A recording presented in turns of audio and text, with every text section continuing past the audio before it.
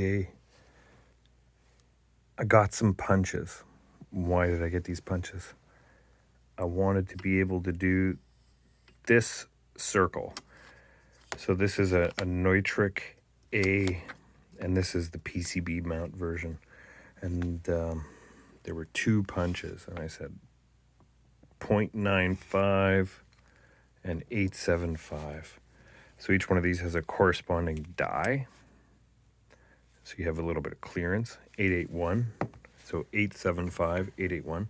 But look at this thing. Look at the size of that spring. Even to just compress that is just absolutely insane. So this spring compresses, hammer hits here repeatedly. The punch is surrounded by this stripper. That's why they call them Strippet punches. And that's the punch. And it's very, very precise. So here is, let's see if I can do this with one hand.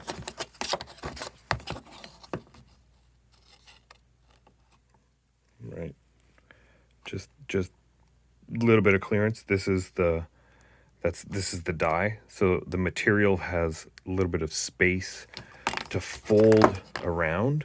So the punch is smaller, 875. What did I say this was on? 881.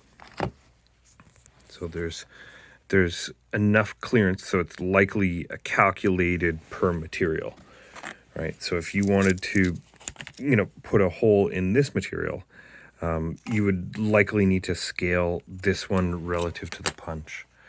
So I got 2 sizes. This is 9.5, and this is 8.87. No, 8.75. And then I grabbed these hex punches just because they're super weird, and if you ever want to insert a bolt into something, you just punch this shape through and it holds the bolt forever, so you don't need anything in the hardware. It just holds it captive, right? So if I have a nut that's this size or smaller, right, smaller than this size, and I punch this through a piece of metal, well, it's a wrench, right? So every time I punch that in, it creates a wrench in a piece of metal. And it also looks really good. So it's decorative too. So I kept those for my Roper Whitney press.